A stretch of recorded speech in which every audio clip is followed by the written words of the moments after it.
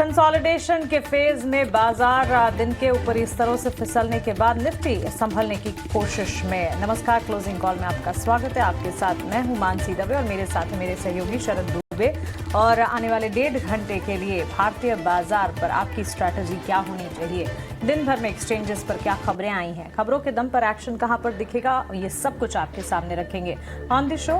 1.5 घंटे में सबसे पहले 2:05 पर आपको बताएंगे कि एफएनओ को ध्यान में रखते हुए आज आपकी स्ट्रैटेजी क्या होनी चाहिए। हमारे टेक्निकल एक्सपर्ट्स जुड़ेंगे, उनसे समझेंगे वायदा बाजार की स्ट्रैटेजी और साथ ही स्टॉक स्पेसिफिक रिएक्शन के ट्रेडिंग कॉल्स, क्लोजिंग ट्रेड्स में उनके हिसाब से स्टॉक स्पेसिफिक कहां पर स्ट्रैटेजी बनती है और उन स्ट्रैटेजी में खरीदारी या फिर बिकवाली की राय, इंडेक्स स्पेसिफिक, स्टॉक स्पेसिफिक सब कुछ जानने की कोशिश होगी। इसके अलावा आपको विस्तार से बताएंगे फंडामेंटल एक्सपर्ट्स भी कि फंडामेंटल नजरिया बाजार पर कैसा बन रहा है। निकुंज की नज़र, हमारा खास सेगमेंट इस पर भी फोकस होगा। वहीं साथ साथ हम आपको BTST STBT ट्रेड्स, ऑप्शन के चैंपियन, 2:40 पर एक दमदार ऑप्शन की रणनीति आपके लिए लेकर आएंगे। और मार्केट एट 3 बजे एक्सचेंजेस पर जो सारी खबरें आई हैं ड्यूरिंग द सेशन, उनमें से छांट कर जो खबरें इंपॉर्टेंट हैं आपके लिए जानना, वो सारी की सारी खबरें हमारी रिसर्च टीम लेकर आएगी। उनका भी वहाँ पर उसके बाद भी टेक्निकल एक्सपर्ट्स उन पर राय लेंगे। BTST STBT ट्रेड्स और और ट्रिगर्स कौन से हैं, इकोनॉमिक इंडिकेटिव एक्शन क्या है, ये भी जानेंगे क्योंकि बहुत कुछ हो रहा है इस वक्त मार्केट में, बहुत कुछ हो रहा है अक्रॉस द ग्लोब जिस पर आपकी नजर होनी चाहिए। और बाजार की बड़ी बातें की भी फोकस कर लेते हैं। 5 अहम बात है जिस पे जो है नजर रहने वाली है। सबसे पहले जो है निफ्टी 24,330 के पास है, 80 अंक के जो है नीचे लेवल्स पे जो है देखने मिल रही है। बैंक निफ्टी ऊपर से करीब 300 अंक फिसला है। 3 दिन के दबाव में जो है आप देखेंगे FMCG शेयर आ रहे हैं। डाबर, टाटा कंज्यूमर लगभग 3% जो है नीचे आ रहे हैं। चुनिंदा IT शेयरों में लेकिन खरीदारी का सपोर्ट ज़रूर देखने मिल रहा है। वहीं ऑटो और फार्मा की बात करें तो यहाँ पे आज गिरावट जो है और ज़्यादा देखने मिल रहा है। तो ऑफकोर्स यहाँ पे जो है हम देख रहे हैं कि ओवरऑल मोमेंटम जो है थोड़ी सी नेगेटिव साइड में शिफ्ट हो रही है। लेकिन बिग बजर्स क्या हैं मार्केट के, मानसी ज़रा बताएं। बिग बिजनेस पर भी फोकस रहेगा और इस वक्त बाजार के सेंटिमेंट्स को भी अगर समझने की कोशिश करेंगे, काफ़ी हद तक आज उतार चढ़ाव है। और हो भी क्यों ना, आज इनफैक्ट एक्सपायरी का दिन भी है, निफ्टी के वीकली एक्सपायरी, और उससे ठीक पहले यहाँ पर काफ़ी हद तक वॉलेटाइल सिनेरियोज बनते हुए, और आज बाजार खुलने से ठीक पहले भी हमने आपको बताया था कि इस तरह के उतार चढ़ाव के लिए तैयार रहिएगा। इवेंट स्पेसिफिक है आज का दिन, ढेर सारे रिजल्ट्स आने वाले हैं और इस रिजल्ट्स कई सारे आते हुए दिख भी चुके हैं। निफ्टी के, वायदा बाजार के, कैश मार्केट के सारे रिजल्ट्स को भी डाइजेस्ट करते हुए मार्केट जो है आगे बढ़ रहा है। हालांकि निफ्टी में फ्लैट कामकाज तो दिन भर से दिख ही रहा है और इस वक्त अगर आप देखें दिन के निचले स्तरों पर करीब 24,337 के लेवल्स पर ये ट्रेड करता हुआ नजर आ रहा है।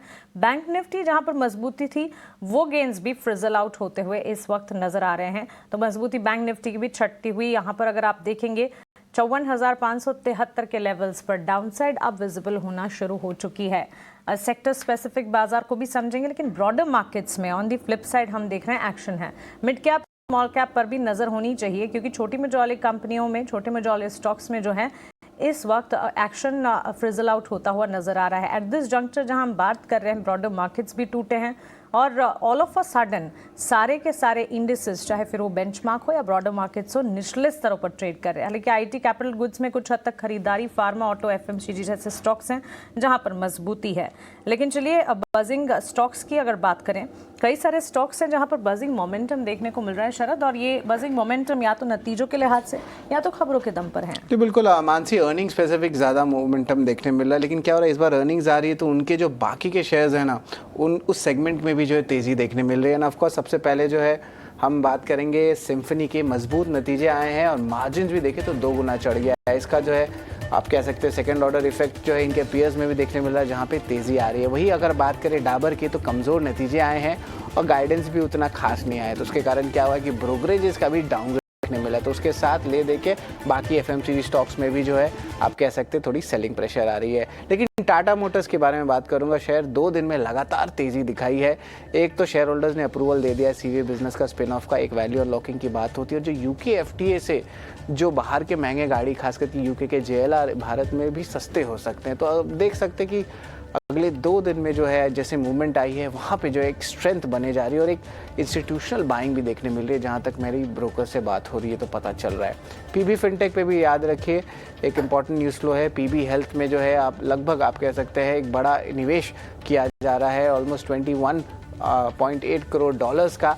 लेकिन एक चीज़ मैं बता देता हूं क्योंकि मैंने इसके शेयर होल्डिंग पैटर्न देखी है, उतना ज़्यादा इम्पैक्ट नहीं पड़ेगा क्योंकि इनका जो होल्डिंग है इनके कंपनी का वो बहुत कम हो चुका है। स्टार्टअप्स में क्या होता है, प्रमोटर की होल्डिंग बहुत कम रहती है क्योंकि बड़े वीसीज और पीईज घुसते हैं। तो यहाँ पे भी वही हुआ है, तो उतना भी इवेंटफुल नहीं है चीज़, पर इम्पॉर्टेंट है तो मैं आपको ज़रूर ये आपको बताऊँगा। और उनो मिंडा आखिर में हमारा स्टॉक रहेगा जहाँ पे बोर्ड से जो है 2 व्हीलर के जो कह सकते हैं ई व्हीलर्स की यूनिट की जो है मंजूरी दे दी है। तो ये जो है स्टॉक के लिए पूरा सपोर्टिव रहेगा। लेकिन क्या स्ट्रैटेजी होनी चाहिए मानसी एफएनओ स्पेस में और ओवरऑल मार्केट्स का, उस पर भी हमारी ध्यान रहेगी।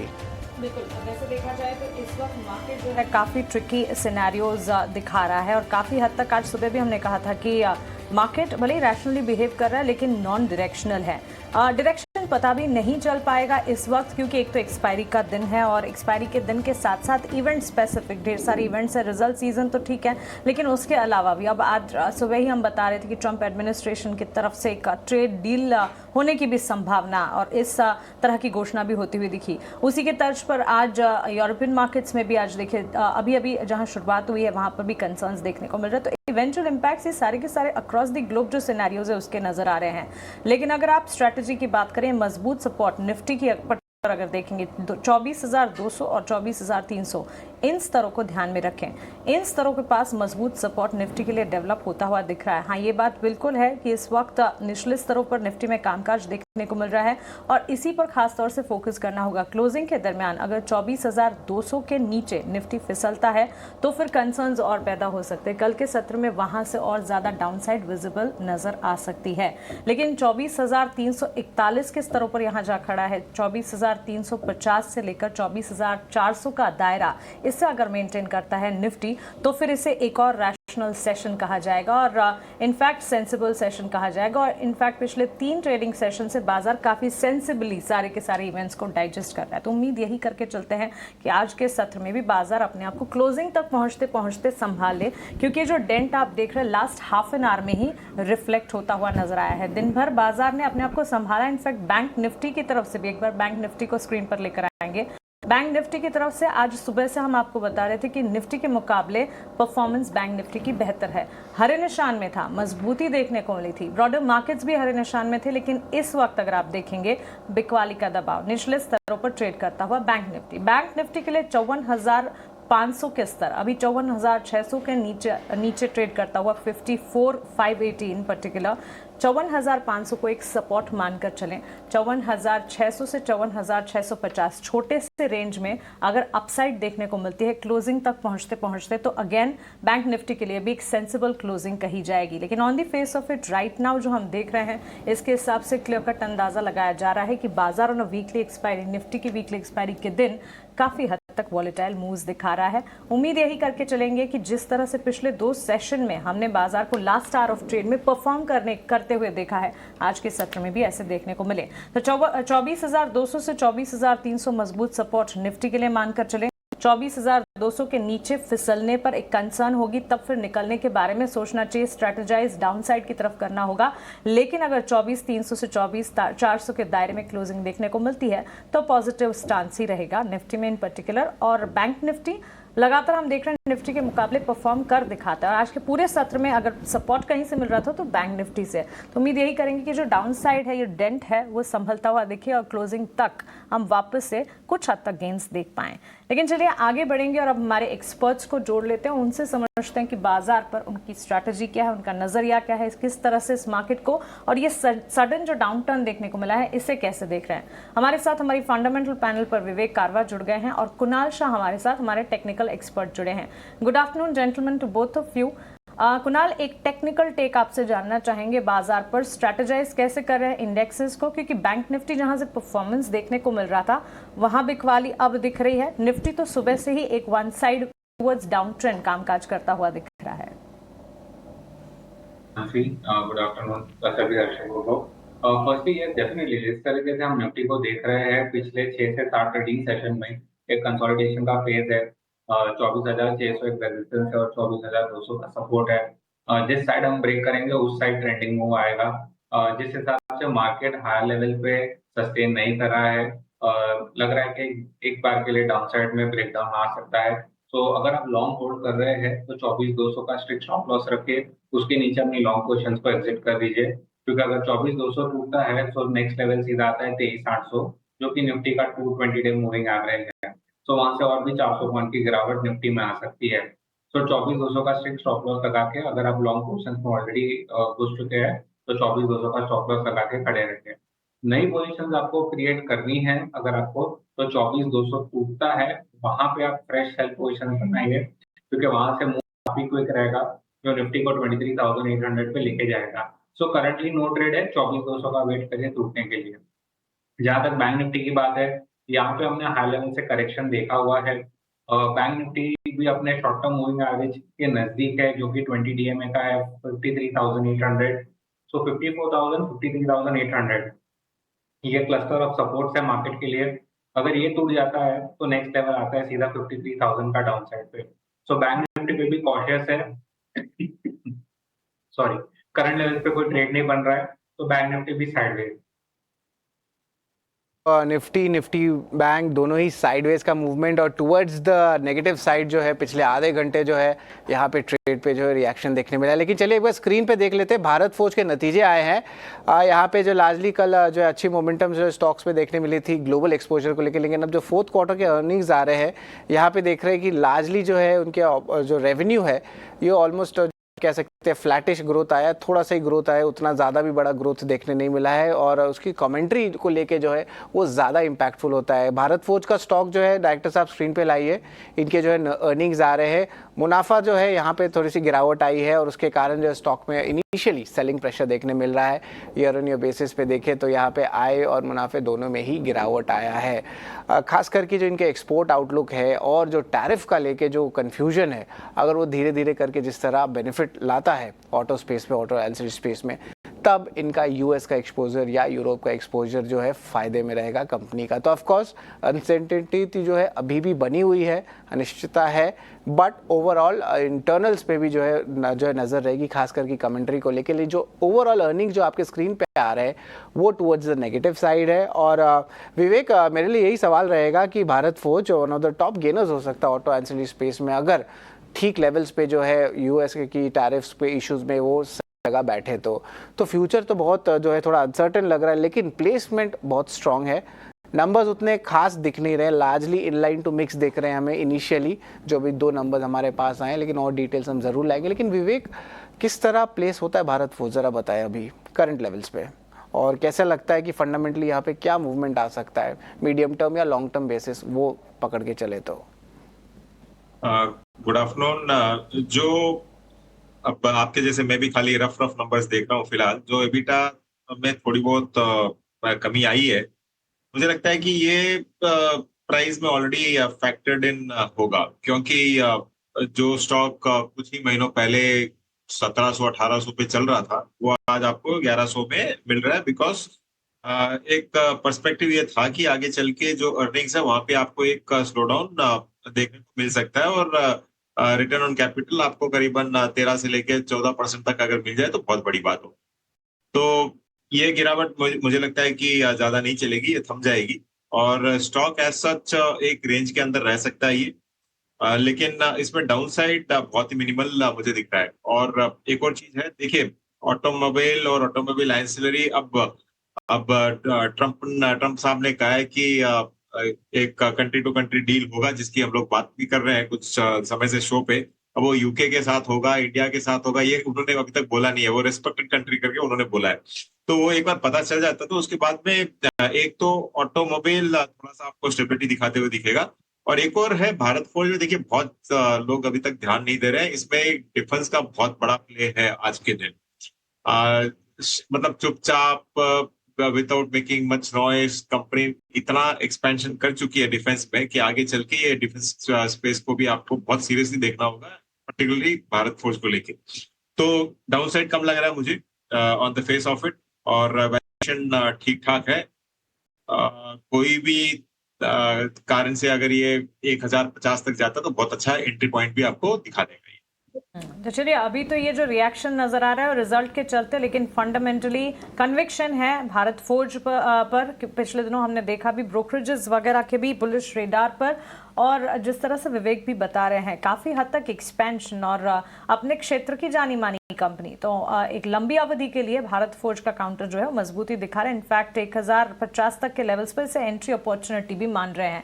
इस बीच बाजार पर लगातार नजर होनी चाहिए। इंडिया विक्स फियर इंडिकेटर में करीब 5.5% की तेजी इस वक्त देखने को मिल रही है। सबसे बड़ी कंसर्न इंडिया विक्स में जो मजबूती है 20 के लेवल्स, जहां हम कह रहे हैं कि 15 और 16 के लेवल्स के आसपास ये कंफर्ट जोन में रहेगा, अब ये 17, 18 और आज के सत्र में देखिए 20 के लेवल 5.5% की तेजी दिखाते हुए, which in itself is a big challenge. और इसी से ये समझ आ रहा है कि मार्केट के सेंटिमेंट्स टुवर्ड डाउनसाइड इस वक्त देखने को मिल रहे हैं।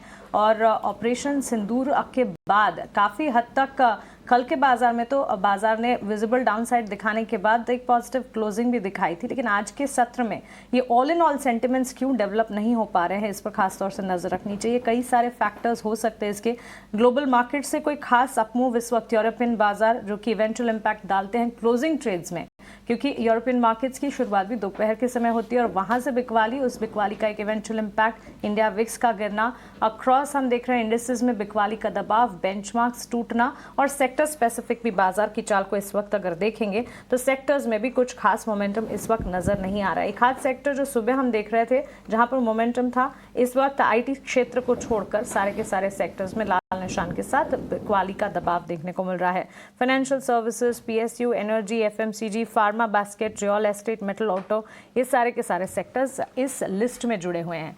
ऐसे में इन सेक्टर्स में एंट्री अपॉर्चुनिटीज ढूंढनी या नहीं, इस पर खास तौर से फोकस करना चाहिए। वॉलेटाइल है मार्केट, एहतियात बरतना चाहिए। चलिए क्लोजिंग ट्रेड की तरफ बढ़ते हैं और हमारे इस खास सेगमेंट में जानते हैं कि स्टॉक स्पेसिफिक इस वक्त हमारे एक्सपर्ट्स के रेडार पर क्या कुछ है।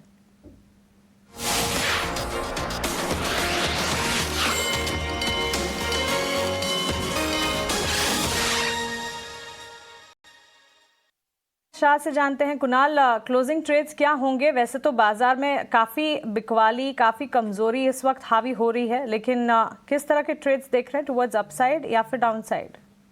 आई थिंक दो ट्रेड रहेंगे, एक सेल कॉल रहेगा, एक बाय कॉल रहेगा। पहले मैं सेल कॉल डिस्कस करूंगा और वो है फर्टिलाइजर स्पेस में से यूपीएल। तो यूपीएल में हमने देखा है कि हाई लेवल से एक अच्छा खासा रिजेक्शन मिला था। One of the out performing stock था, अभी कहीं ना कहीं एक ब्रेकडाउन दे चुका है। तो यहाँ पे अगर आपको कोई बाउंस मिलता है तो उसको यूटिलाइज करें सेल करने के लिए।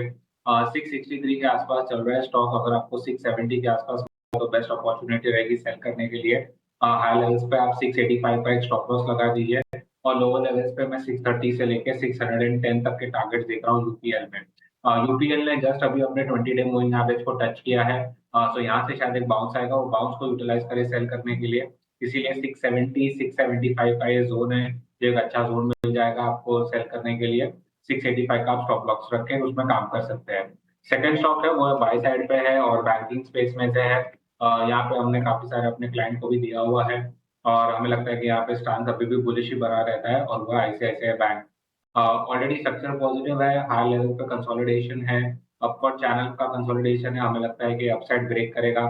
मार्केट में कहीं ना कहीं स्टेबिलिटी की जरूरत है, जैसे मार्केट स्टेबल होता है आईसीआईसीआई बैंक पहला स्टॉक रहेगा जो वापस अपना ये मूव कंटिन्यू करेगा। तो यहाँ पे बाई की सलाह है, 1405 का स्टॉप लॉस रखिए। 1470 से लेके 1490 तक के टारगेट्स रहेंगे आईसीआईसीआई बैंक। ठीक है, ये आईसीआईसीआई बैंक पे रिकमेंडेशन होगी कुणाल शाह की, और विवेक कारवा, कुणाल शाह दोनों मेहमान हमारे साथ बने हुए हैं। आपने आज देखा विक्स ने क्या किया। जैसे हमने आपसे पहले भी बताया था कि विक्स इतना बढ़िया इंडिकेटर है कि भले आप अपने एसी चैम्बर्स में बैठे रहो आप, लेकिन आपको बॉर्डर पे हो रही गर्मी की पूरी महसूस करवाएगा कि वहाँ पर क्या हो रहा है, या कुछ भी होगा, मान लो से टैरिफ का दुख भी आपको अपने एसी चैम्बर्स में बैठे बैठे बता सकता है। ये बहुत ही शानदार इंडिकेटर्स है। आप कल देखोगे, कल आर्मी की जब कॉन्फ्रेंस हुई उसके बाद विक्स गिरा, बाजार ने डाउन था, उसके बाद रिकवरी की, लेकिन आज बाजार अप था, उसके बाद बाजार को करंट लगा जैसे विक्स ऊपर हुआ। 3.5-4% विक्स बढ़ाकर एक करीब 20 के आसपास हो गया। ध्यान रखा जाए, कल से पाकिस्तान की तरफ से शेलिंग हो रही है पुंछ में, राजौरी में, उसके आसपास के जो बॉर्डर एरिया है जहाँ पर मैं भी बैठा हूँ, तो वहाँ से बस 400 साढ़े 400 किलोमीटर दूरी है बॉर्डर पाकिस्तान का भी। तो कहने का मेरे मतलब सिर्फ इतना ही है कि अभी भी आप थोड़ा ओपन एंडेड रखिएगा, कॉशियस के स्टांस को ना बदलिए। मैंने सुबह भी आपसे जिक्र किया था, कल भी जिक्र किया था और आगे भी जिक्र करूंगा। अभी हमने ना ही रेंज का ब्रेकआउट किया, ना ही ब्रेकडाउन किया, इसलिए कॉशियस स्टांस बनाए रखिएगा। विवेक कारवा, कुणाल शाह, दोनों मेहमानों से हम उनकी इंटेलिजेंस का फ़ायदा ले रहे हैं और आपको थोड़ा गाइड करने की कोशिश कर रहे हैं कि बाज़ार के अंदर इस समय की यथास्थिति क्या है। विवेक सर, एक शेयर आपसे मैं भी ज़रा पता करना चाहूँगा। लॉन्ग साइड पे आज उसमें पोजीशंस बन रही है, वो है रैमको सीमेंट। सीमेंट पे आप काफ़ी बुलिश रहे हैं। रैमको सीमेंट आपकी लिस्ट में है सर, या फिर इसकी जगह पर आप अडानी के शेयर्स देंगे, एसीसी और अंबुजा? देखिए, आप अगर स्ट्रिक्टली वैल्यूएशंस वगैरह देखो तो मैं डेफिनेटली एसीसी के साथ जाऊंगा। आपने सही पकड़ा।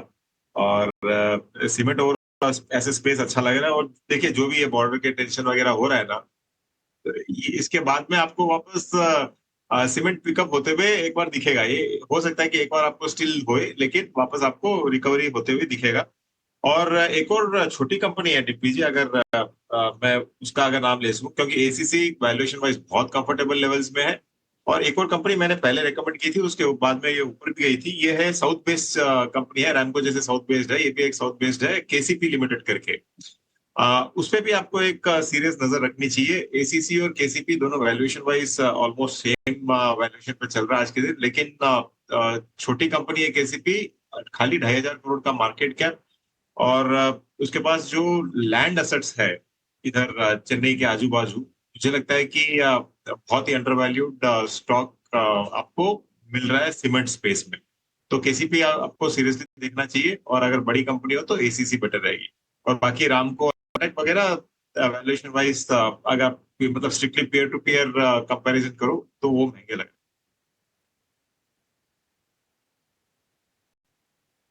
डन, पॉइंट टेकन है सर। टाइटन आपको कैसा लगता है? टाइटन मुझे पूछ रहे हैं आप? यस तो सर, आपसे ये देखिए, क्वेश्चन सर। हाँ, ओके। टाइटन आपको कैसा लगता है? मेरे क्वेश्चंस काफी छोटे रहते हैं सर। ओके। टाइटन देखिए, जितना फॉल आया था उसके बाद में रिकवरी देख के मुझे लगता है कि जो गोल्ड प्राइस है वो फैक्टर्ड इन है। काफी हद तक हम लोग कंजम्पशन की बात कर रहे हैं, वो भी इन दामों में टाइटन में फैक्टर्ड इन है। वैल्यूएशन कंफर्ट आप अगर देखो तो इतना कोई खास वैल्यूएशन कंफर्ट है नहीं। और आप अगर इसकी मतलब price to book value mainly अगर देखो तो ये भी बहुत आई थिंक 30 या 32 के बीच में होनी चाहिए लगभग। तो गोल्ड का कंपनी को बेनिफिट मिल रहा है, लेकिन मुझे लगता है कि अब गोल्ड की प्रोडिक्शन देना बहुत रिस्की गेम है। लेकिन वैल्यूएशन वाइज ये ठीक ठाक है। तो ऊपर की साइड में हो सकता है कि 3500, नीचे की साइड में 3200, एक रेंज में रह सकता है। और फिर कुछ समय आपको देना पड़ेगा। एक कंसोलिडेशन एक हो जाता है तो अच्छी बात है, क्योंकि 90-100 के बीच में अगर वैल्यूएशन मिलता है तो मुझे थोड़ा सा डिस्कम्फर्ट रहता है कभी भी। के ऊपर जो थोड़ी डिस्कम्फर्ट ज़रूर हो सकती है टाइटन के लिए, विवेक सर बता रहे हैं। लेकिन ऑफ कोर्स जो पीएसयू बैंकिंग स्पेस है, यहाँ पे ऑफ कोर्स यहाँ पे थोड़ी मोमेंटम ज़रूर आज देखने मिल रही है। सेलिंग तो ज़रूर हो रहा है, लेकिन याद रखिए जब वॉलेटिलिटी बाजार में बढ़ता है तो जो डोमेस्टिक फेसिंग इंडस्ट्रीज रहते हैं, खासकर की फाइनेंशियल्स, यहाँ पे इंस्टीट्यूशनल इंटरेस्ट बना रहता है। निफ्टी पीएसयू बैंक इंडेक्स थोड़ी सी रिकवरी करने की कोशिश ज़रूर करिए दिन के लो लेवल्स पे, और ऑलमोस्ट 0.35% की जो है गिरावट यहाँ मिली है। लेकिन कुछ चुनिंदा बैंक से इस स्पेस में जहाँ पे आज वो अच्छा कर रहे हैं। आप यहाँ पे देखिए कैनरा बैंक, यहाँ पे देखिए एक अच्छी आउट परफॉर्मेंस दे रहे हैं, ऑलमोस्ट 2.6%, और ये होल्ड करके रख रही है स्टॉक। तो इसके इंपॉर्टेंट लेवल्स जो है कैनरा बैंक की अगर हम बात करेंगे तो यहाँ पे क्या लगता है Kunal, important levels Canara bank का क्या हो सकता है? एक अच्छा स्पाइक भी देखने मिला, और ड्यूरिंग दिस टाइम आप कह सकते हैं कि ब्रॉड इंडिसेस में गिरावट आ रही थी इसी पिछले 1 घंटे में, लेकिन कैनरा बैंक में देखिए ये सस्टेन कर रहा है। तो कुणाल, कैनरा बैंक में इंपॉर्टेंट लेवल्स क्या रहेंगे शॉर्ट टर्म और मिड टर्म बेसिस पे? कैनरा बैंक अगर आप देखोगे तो रिजल्ट के बेसिस के ऊपर आज एक्शन आया हुआ है। कैनरा बैंक ओवरऑल ट्रेंड अभी भी साइडवेज में है। अगर आप लॉन्ग होल्ड कर रहे हो तो 90 का स्टॉप लॉस लगा के रखिए। अगर 90 ट्रिगर करता है तो एग्जिट कर देना, क्योंकि वहां से जो फॉल है स्टीप हो जाएगा, स्टॉक को सीधा 81-82 के लेवल तक लेके आ सकता है। तो 90 का स्टॉप लॉस लगा के होल्ड करिए। हाई लेवल पे इमीडिएट रेजिस्टेंस उसका 200 डीएमए है जो है 99 पे। एक बार वो निकलता है तो हम फर्दर अपसाइड देखेंगे जो कैनरा बैंक को 106 108 तक दिखा सकता है। जी बिल्कुल, थोड़ी देर में जो है कल्याण कुमार भी जो जुड़ने वाले हैं, वो है एग्जीक्यूटिव डायरेक्टर पीएनबी के। लेकिन उसके पहले जो बिग एक्शन स्टॉक्स क्या है वो हमें आशीषा बताएगी। आशीषा। बिल्कुल, आज बिग एक्शन स्टॉक्स में सबसे पहले ऑटो स्टॉक्स पर नजर डालेंगे। यहाँ पर भारी गिरावट आज के सत्र में दिखी है। इनफैक्ट एक्साइड इंडस्ट्री से शुरुआत करते हैं, वहाँ पर करीब 2.5% की गिरावट के साथ कारोबार। आयशर मोटर्स और एमएनएम जैसे कुछ स्टॉक्स में भी 2.5% तक की गिरावट आज के सत्र में दिखी है। On the flip side IT stocks में काफी एक्शन है। इनफैक्ट निफ्टी आईटी इंडेक्स सबसे बड़ा सेक्टोरल गेनर आज के सत्र में। कोफोर्ज 2.5% ऊपर, एचसीएल टेक और एलटीआई माइंट्री में भी करीब 1 से 1.5% की तेजी आज के सत्र में दिखी है। एलटीआई माइंट्री 40 के आसपास, 40 के आसपास कारोबार करता हुआ। कई सारे stocks all time high levels पर है। बीएससी पर हमने पिछले कुछ दिनों से इस स्टॉक पर चर्चा की है। आज फिर एक बार stock all time high levels पर कारोबार करता हुआ 2% की तेजी के 6,780 के आसपास। सीएट टायर कंपनी स्टॉक में भी पिछले कुछ दिनों से तेजी दिखी है। वहीं आईसीआईसीआई बैंक की बात करें तो 0.5% की तेजी के साथ कारोबार। 52 वीक लो लेवल्स पर कुछ स्टॉक कारोबार कर रहे हैं। मेटल सेक्टर से सबसे पहले जेएसडब्ल्यू जिंदाल स्टॉक की 100 की बात करेंगे, 2.5% की गिरावट के साथ एक साल के निचले स्तर पर।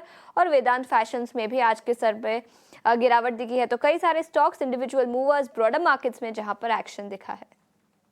बिल्कुल, धन्यवाद आशीषा, आपने जो है बिग एक्शन स्टॉक्स हमें बताए। लेकिन अब चलते हैं पीएनबी के मैनेजमेंट के साथ, जिस पे जो हमारी नज़र होगी। अर्निंग स्पेसिफिक जो है हमारा फोकस रहेगा। और पहला सवाल जो है सर से रहेगा कि मार्जिन्स में देखें तो थोड़ी सी जो है प्रेशर आई है ओवरऑल। अब इसमें जो है ऑफ कोर्स निम्स में जो है थोड़ी गिरावट आई है 2.8% पे।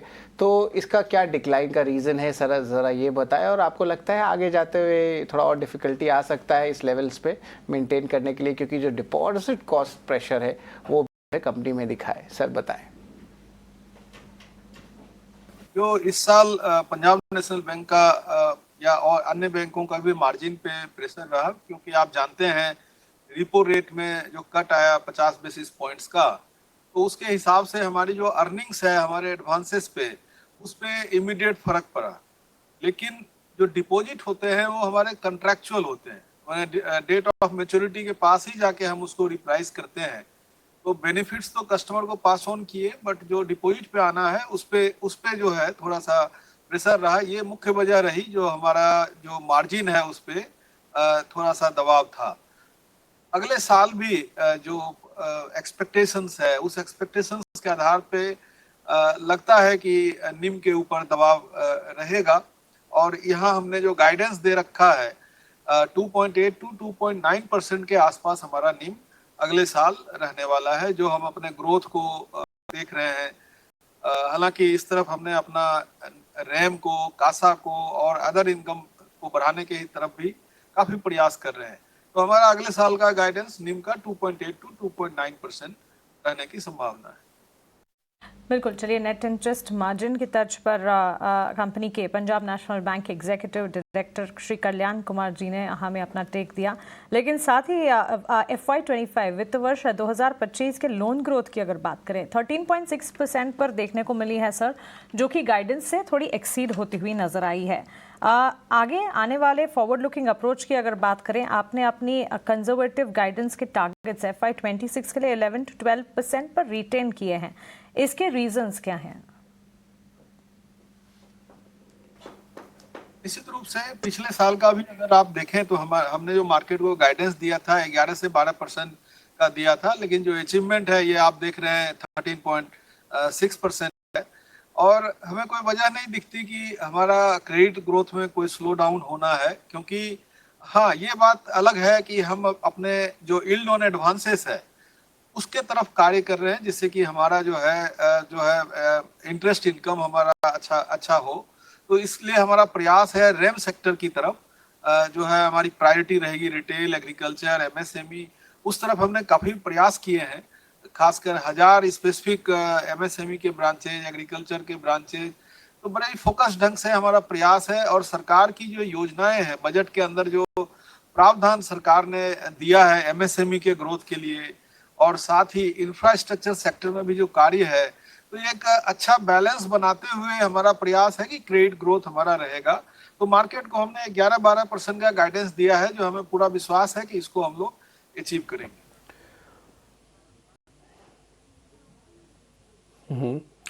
कल्याण जी, एक क्वेश्चन स्लिपेजेस पे भी जानना चाहूँगा कि आपके स्लिपेजेस बढ़ी हैं और ये ऑलमोस्ट डबल हो गई हैं। 1734 करोड़ की बढ़कर अब सीधा 3000 करोड़ हुई हैं और इसमें रेशियो में भी इंक्रीज हुआ है 0.69 से 1.14। आप इसको कैसे देखते हैं सर? के बारे में जो आप कह रहे हैं, अभी भी हमारी रिकवरी दुगनी है लगभग स्लिपेज की तुलना में। और मार्च क्वार्टर एक अपने आप में अलग क्वार्टर था, क्योंकि इसमें एग्रीकल्चर के स्लिपेज करीब 1400 करोड़ हुए अकेले एग्रीकल्चर से। तो पिछले क्वार्टर में ये 300-400 करोड़ के आसपास था। तो ये जो पिछले दिसंबर क्वार्टर में ये 306 करोड़ था और इस क्वार्टर में 1400 करोड़ हुआ। ये एक मुख्य कारण था। और थोड़े स्लिपेज एमएसएमई में हुआ, लेस देन 10 लाख के सेगमेंट में स्लिपेज हुआ। जो इंटरेस्ट लगता है एग्रीकल्चर अकाउंट में, पहले ये मार्च और सितंबर लगा करता था, अभी ये एनिवर्सरी डेट पे लगता है, जब लोन खुलता है उसी डेट पे लगता है। इस वजह से ये एक अलग एक्सेप्शनल क्वार्टर आप कह सकते हैं। बट स्लिपेज को चेक करने के लिए पंजाब नेशनल बैंक ने जो इनोवेशन किया है, जिस तरह से प्रयास कर रहे हैं, हमें पूरा विश्वास है कि ये अभी भी जो हमने गाइडेंस मार्केट को दिया था उसके अंदर ही है 0.73%, और हमने कहा था कि 1% के आसपास स्लिपेज रहेगा। तो और रिकवरी हमारी दुगनी होती है। इस हिसाब से जो हमारा प्रयास है स्लिपेज को कंटेन करने का और रिकवरी एनपीए अकाउंट को बढ़ाने का, उसमें हमें कोई इसमें शंका नहीं दिखता कि हमारी स्लिपेज पे कोई ज्यादा आगे कुछ होने वाला है। जी बिल्कुल कल्याण जी, और आखिरी सवाल ये रहने वाला है कि किस तरह आप प्लान करते कि प्रॉफिटेबिलिटी जो है वित्त साल 2026 पे देखने मिले। और कल्याण जी, एक चीज़ और मुझे बताइएगा कि जो कौन से ग्रोथ पॉकेट्स लग रहे हैं कंपनी के लिए आगे जाते हुए। प्रॉफिट के साइड में अगर बात किया जाए तो ऑपरेटिंग प्रॉफिट में हम अगले साल का 8 to 9% का गाइडेंस मार्केट को दिए हैं। इस साल ऑपरेटिंग प्रॉफिट में हमारा 7.62% हमने अचीव किया था। तो इसको बढ़ाने के लिए हमारा जो फोकस है वो पहले मैं बताता हूँ, लो कॉस्ट डिपॉजिट के लिए कासा की तरफ। कासा में करंट अकाउंट और सेविंग अकाउंट के तरफ हमने जो है काफी एफर्ट्स किए हैं। अभी करंट अकाउंट में काफी प्रोडक्ट्स हर सेगमेंट्स के लिए, छोटे उद्योग धंधे वालों के लिए, स्टार्टअप के लिए, बड़े उद्योग धंधे वालों के लिए, उनके लिए स्पेसिफिक प्रोडक्ट्स बनाए। सेविंग के अंदर अगर देखा जाए तो सैलरी, पेंशनर, डिफेंस सेक्टर के जो कस्टमर्स हैं और भी इस तरह से जो मतलब यंगर जनरेशन है, सीनियर सिटीजन्स हैं, सबके लिए अलग अलग प्रोडक्ट बनाया। साथ ही एक खास बात और है कि हमारे पास एक टेक्नोलॉजी के प्लेटफॉर्म पे कस्टमर के ऑनबोर्डिंग को हमने काफी आसान किया, जिसकी वजह से करीब 1,11,000 अकाउंट्स हमने इस साल खोले, जो पिछले साल के तुलना में काफी अच्छा है। तो कस्टमर एक्विजिशन हो रहा है, साथ ही इन प्रोडक्ट्स के माध्यम से अच्छा ट्रैक्शन है। तो हमें विश्वास है कि कासा के क्षेत्र में भी पंजाब नेशनल बैंक जो है अच्छे ढंग से मार्केट में अपना मार्केट शेयर इंप्रूव करेगा। साथ ही साथ दूसरा इंपॉर्टेंट सेगमेंट है हमारा रैम, जिसपे हमारा फोकस है, रिटेल, एग्रीकल्चर और एमएसएमई। इसमें हमने एमएसएमई एग्रीकल्चर के हजार स्पेसिफिक ब्रांचेज बनाई है। साथ ही उन ब्रांचों को हमने क्लस्टर्स में, जितने एक्टिव क्लस्टर्स हैं वहां पे रखा है, मार्केटिंग ऑफिसर को वहां पे रखे हुए हैं, और एक एक प्रोडक्ट, जैसे हाउसिंग लोन के लिए डेडिकेटेड मार्केटिंग ऑफिसर है, व्हीकल के लिए डेडिकेटेड मार्केटिंग ऑफिसर है। कासा की मैंने बात की, उसके लिए भी हमारा एक सेगमेंट है जो हेड ऑफिस में नेशनल बिजनेस टीम है, जो कि बड़े लेवल के टाई अप गवर्नमेंट डिवीजन से करता है। गवर्नमेंट बिजनेस वर्टिकल्स है, जो है कस्टमर एक्विजिशन सेंटर्स हैं हर सर्किल में अभी है, जो proactively retail business, MSME business, agriculture business और साथ ही साथ लायबिलिटी बिजनेस को ये मार्केट करके लाते हैं। साथ ही इसमें मैं बताना चाहूंगा, पीएनबी के पास एक सब्सिडरी है कार्ड्स एंड सर्विसेज, वो भी हमें लीड्स प्रोवाइड करती है। और बिल्कुल कल्याण कुमार जी, बहुत शुक्रिया आपका हमारे साथ जुड़ने के लिए, नतीजों पर और आपके विस्तार बिजनेस प्लान को लेकर हमसे बातचीत करने के लिए शुक्रिया। आने वाली तिमाही के लिए आपको ढेरों शुभकामनाएं। तो पंजाब नेशनल बैंक के मैनेजमेंट से हम बातचीत कर रहे थे और ब्रोकरेजेस के भी रेडार पर नतीजों के बाद पंजाब नेशनल बैंक का स्टॉक है। हालांकि 2% की गिरावट इस वक्त है, बाजार में कमजोरी है, लेकिन नतीजों की ही बात करें और रैशनल की बात करें, एनआईएस भले ही एस्टिमेट से कम आए हैं, निम्स में डिक्लाइन, स्लिपेजेस यहाँ पर दिखा रहे हैं on quarter basis. Business growth guidance study जरूर है, जैसे कि हम मैनेजमेंट को अभी सुन भी रहे थे। लेकिन चलिए, हमारी पैनल पर एक और एक्सपर्ट जुड़ गई हैं, विमेन फ्रॉम मोतीलाल ओसवाल, शिवांगी शारदा। उनसे पंजाब नेशनल बैंक पर भी उनकी राय जानते हैं और उनके क्लोजिंग ट्रेड्स भी समझते हैं। गुड आफ्टरनून शिवांगी, एक तो पंजाब नेशनल बैंक पर अपनी राय दीजिएगा और साथ ही स्टॉक स्पेसिफिक आपके क्लोजिंग ट्रेड्स भी बताइए। Very good afternoon Mansi. तो हम देख रहे हैं कि बाजार में थोड़ी बहुत नरमी अब देखने को मिल रही है जियोपॉलिटिकल टेंशन्स के वजह से, और स्पेसिफिकली हम पीएनबी की बात करें यहाँ पे, तो बैंकिंग स्पेस में थोड़ी बहुत यहाँ पे हम देख रहे हैं कि ड्रॉप ऑफ देखने को मिला है हायर जोन्स पे। पर पीएनबी एक ऐसा स्टॉक रहा है जो पिछले 12 महीनों से कंसिस्टेंटली एक लोअर ट्रेंड लाइन को फॉलो करते हुए नजर आ रहा है, और यहाँ पे पिछले मंथ रिकवरी भी हुई थी, लेकिन वो सस्टेन नहीं कर पाई हायर जोन्स पे। तो लगातार यहाँ पे हमने देखा है कि वीकनेस जो है वो कंटिन्यू होते हुए दिखी है, तो थोड़ी और पेन पॉइंट देखने को मिल सकती है ऐसे बाजार में जहां बहुत ही ज्यादा वॉलेटिलिटी और इंडिया विक्स भी हायर जोन्स पे, वहां हमें स्पेसिफिक स्ट्रॉन्गर रेजिलिएंट नाम के साथ ही जाना चाहिए। ठीक है, तो चलिए, ये एक राय पंजाब नेशनल बैंक पर। साथ ही शिवांगी, आपके स्टॉक स्पेसिफिक रिकमेंडेशन बताएं आपने। जी बिल्कुल, सबसे पहला पसंदीदा काउंटर मेरा रहेगा टाइटन पर। हम देख रहे हैं गोल्ड के प्राइसेस की वजह से इसमें काफी एक अच्छा टेलविंड मिलते हुए दिख रहा है, और ये स्टॉक अपने एग्जैक्टली 50 डेमा के ऊपर से रिट्रेस करते हुए नजर आया है। लगभग हमने देखा है कि पिछले 2 दिनों से काफी अच्छी वॉल्यूम्स यहाँ पे बाइंग के साथ देखने को मिल रही है, जो कि एक बुल्स का एक स्ट्रेंथ इमर्ज होते हुए दिख रहा है। पिछला रेजिस्टेंस जो था 3400 का, वो आज सरपास होते हुए दिखा, थोड़ी बहुत कूल ऑफ हायर जोन से, बट ओवरऑल काफी अच्छा स्ट्रक्चर है यहाँ पे। और लेवल्स जो है नेक्स्ट 3500 के लिए हम खरीदारी कर सकते हैं इसमें, 3300 के एक स्टॉप लॉस के साथ। क्लोजिंग ट्रेड के तौर पर शिवांगी के रेडार पर ये स्टॉक है। इस बीच एशियन पेंट्स के नतीजे भी आए हैं, नंबर्स कमजोर है और उसका रिफ्लेक्शन स्टॉक प्राइस में भी आप देख रहे हैं। कंपनी की कंसोलिडेटेड आय में करीब 4% की कटौती देखने को मिली है। कंपनी के मुनाफे में भी कमजोरी, कामकाजी मुनाफा भी घटकर आया है। मुनाफा 692 करोड़ पर, जबकि हमारा अनुमान 1085 करोड़ के मुनाफे का था।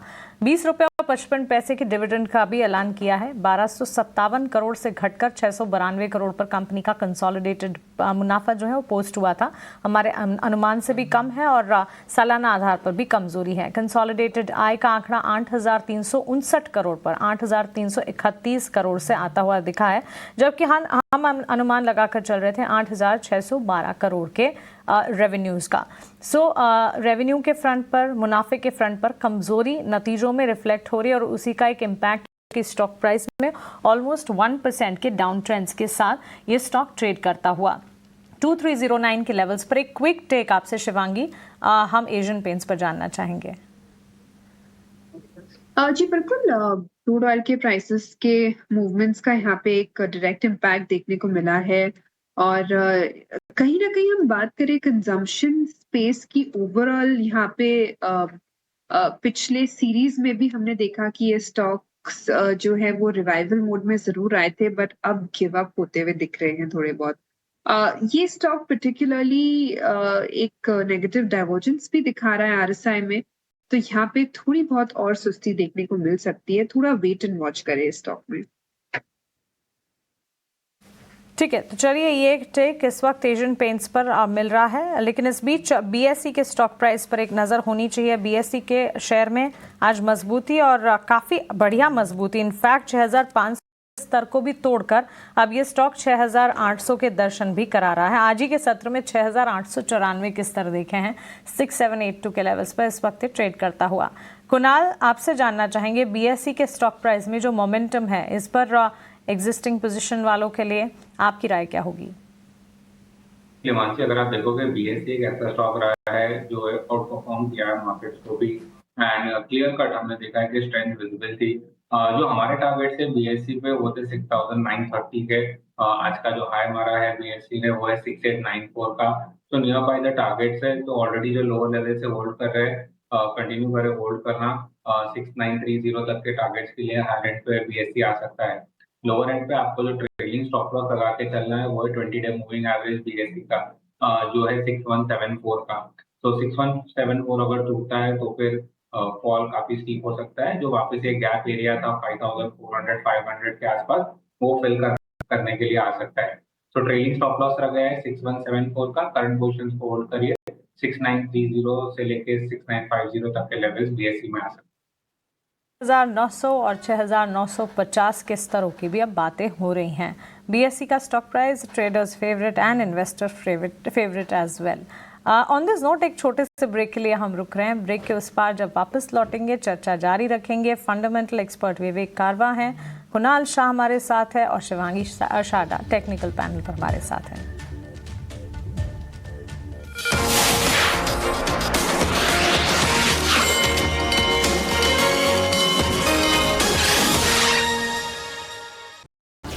एसोसिएशन विद एसबीआई बेस्ट है, सबको पता है। ये जिसमें हम आपको एसएमई आईपीओ से सावधान करते रहते हैं। जो ठीक है वो आपके सामने, जो खराब है उस पर क्वेश्चन खड़ा करके आपके सामने सारी बात रखने की कोशिश करते हैं। खैर आज मार्केट का दिन देखा जाए तो वैसे तो कंसोलिडेशन का है, लेकिन एक कंसोलिडेशन बढ़ते हुए विक्स के कारण थोड़ा सा नीचे की तरफ खिसका है। 337 का भाव अभी भी है, ना तो 24,200 टूट रहा है, ना ही 24,450 पार करके बाजार आगे की दिशा ढूंढ रहा है। Same with the bank Nifty, आज सिर्फ 18 पॉइंट की बढ़त बाकी रह गई है। इसने भी 54,600 की ही दहलीज पे अपने आप को रोक लिया। 55,000 इसके लिए भी रेजिस्टेंस था। शिवांगी शारदा हमारे साथ है, विवेक कारवा, कुणाल शाह, जिनसे हम कर रहे हैं बातचीत। शिवांगी, एक दो शेयर जरा मेरे को आपसे पता करने हैं, आप जरा बताइएगा इनमें क्या करें। हमने एक लिस्ट निकाली है जहाँ पे आज अनवाइंडिंग का प्रेशर है। इसमें प्राइस एक्शन भी जा रहा है और ओपन इंटरेस्ट का एक्शन भी जा रहा है, और उसमें पहला शेयर है पेटीएम। और कितना टूटेगा एक बार जरा चेक कर लो, अभी 850 के आसपास है। जी बिल्कुल डिम्पी, पेटीएम की अगर हम स्ट्रक्चर देखें तो यहाँ पे हमने देखा है कि स्टॉक में कल एक बहुत ही अच्छी रिकूप हुई थी बुल्स की, और आज थोड़ी बहुत नरमी वापस देखने को मिल रही है। पर अगर वीक ऑन वीक बेसिस हम इसमें देखें तो बढ़त में ही है ये स्टॉक। ओवरऑल मंथली बेसिस में पिछले 3 महीनों से काफी एक अच्छा एक्शन यहाँ पे बना है, और हायर बॉटम बनते हुए दिख रहे हैं, जो कि एक इंडिकेशन है कि लोअर लेवल्स पे बुल्स एक्टिव होते हुए नजर आ रहे हैं। पिछले 5 दिनों में एक दायरे में काफी स्विंग्स आए हैं ये स्टॉक में, बट अगर ये 850 को क्रॉस करके होल्ड करते हुए नजर आता है तो एक यहाँ पे फ्रेश लेग ऑफ रैली शुरुआत हो सकती है, बिकॉज लंबी अवधि का स्ट्रक्चर अभी भी पॉजिटिव है।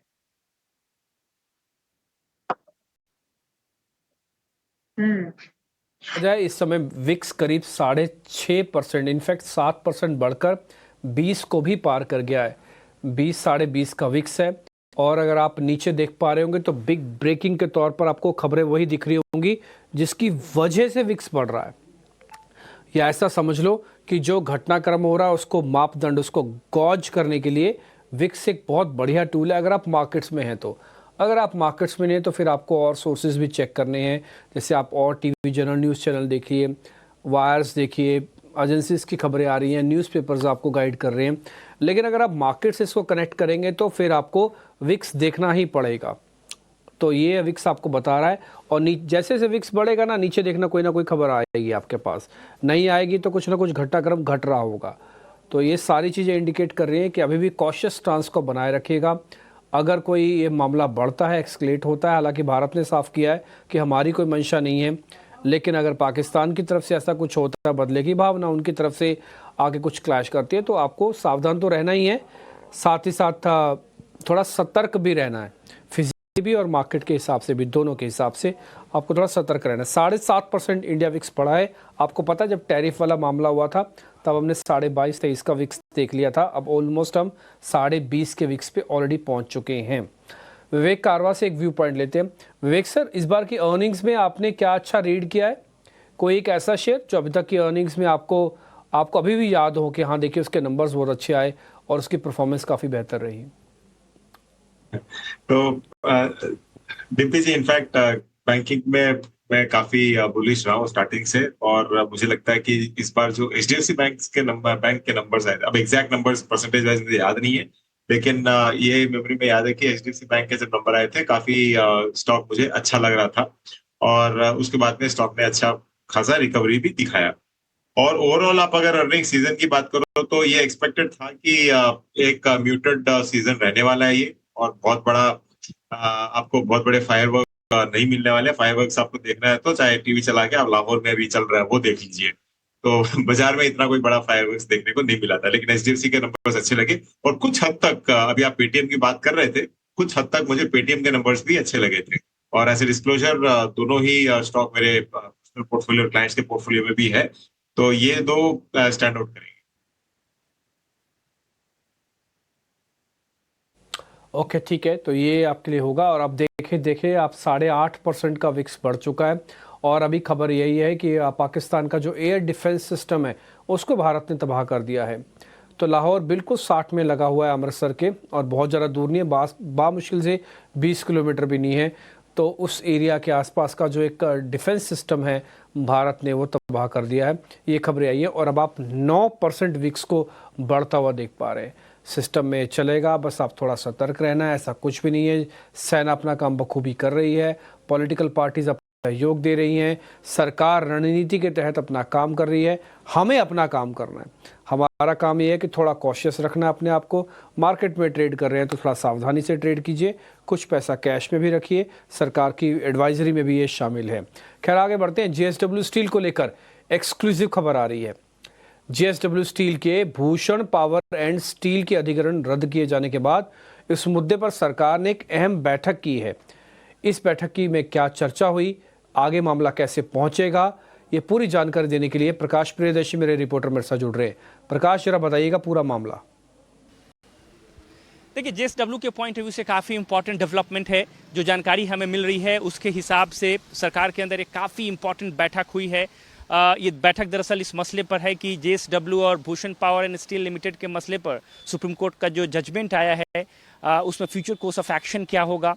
साथ ही साथ जो मिसिंग लिंक्स हैं इस पूरे मसले में उस फैक्ट्स वो रिस्पांस तैयार किया जा रहा है, उस फैक्ट्स को इकट्ठा किया जा रहा है ताकि सुप्रीम कोर्ट के सामने ये फैक्ट्स फिर से प्रस्तुत किए जाएं। जो जानकारी हमें मिल रही है उसके हिसाब से डीएफएस और एमसीए के ऑफिशियल्स ने इस मसले पर बैठक की है, और साथ ही साथ वो तमाम फैक्ट्स जो कि इस मैटर से रिलेटेड हो सकते हैं वो उसको इकट्ठा किया जा रहा है।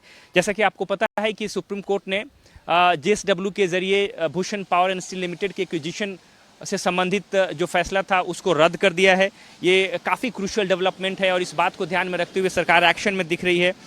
हमें इस बात की भी जानकारी मिल रही है कि टॉप लेवल पर गवर्नमेंट के अंदर एक और बैठक हो सकती है अगले हफ्ते, जिसमें तमाम मसले पर डिस्कस किया जाएगा सुप्रीम कोर्ट में फिर से अपील करने से पहले।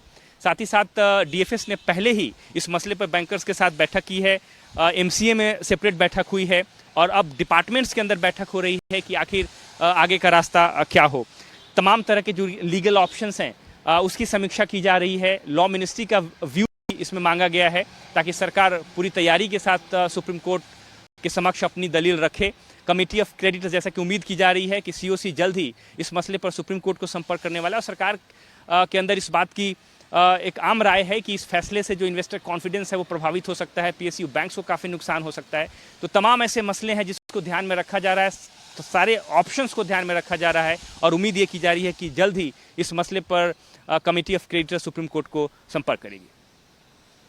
ये बिल्कुल जेएसडब्ल्यू स्टील पे नज़र रखिएगा, ये प्रकाश की एक्सक्लूसिव है। लेकिन थोड़ी सी ऑटो स्पेस में जो है कुछ न्यूज़ फ्लोज आ रही है, उस पर हम फोकस कर लेते हैं। अब सबसे पहले जो एस्कॉर्ट्स क्यूबोटा के आंकड़े की भी बात कर लेते हैं, थोड़ी देर पहले ही आया था, इसको हम लोग टच बेस कर लेते हैं, जहाँ पे रेवेन्यू जो है लगभग 2400 करोड़ के ऊपर आया है। पैट में देखें तो एक अच्छी मोमेंटम आई है, एनालिस्ट एस्टिमेट से ज़्यादा देखने मिला। अब देख सकते हैं स्टॉक की भी जो अच्छी मोमेंटम आई है, almost towards the green side आ रहा है। डेज के लो से जो है अच्छी रिकवरी आई है, 18 प्रति शेयर का डिविडेंड आया है। एबिडा, मार्जिन्स तीनों ही सेगमेंट जो है अनुमान से बेहतर है। तो एस्कॉच क्यूबोटा पे जो है नज़र रखिएगा एंड ऑफ कोर्स जो कमेंट्री आएगी खास करके जो आने वाले 1-2 क्वार्टर पे उस पे भी बाजार पे जो नज़र रहेगी। तो विवेक, सवाल है एस्कॉच क्यूबोटा को लेके ही, तो यहाँ पे फंडामेंटली कंपनी जो है साउंड देख रही है और अब देखिए अब ग्रीन पे भी आ चुकी है, हमने आपको पहले पॉइंट आउट भी कर दिया। तो विवेक ज़रा बताएं कि फंडामेंटली एस्कॉच क्यूबोटा का क्या जो है लेवल्स देखने मिलता है और इनके क्या इंपॉर्टेंट ट्रिगर्स आते हैं। ओवरऑल तो दिख तो रहा है पॉजिटिव सेटअप आ रहा है फंडामेंटली।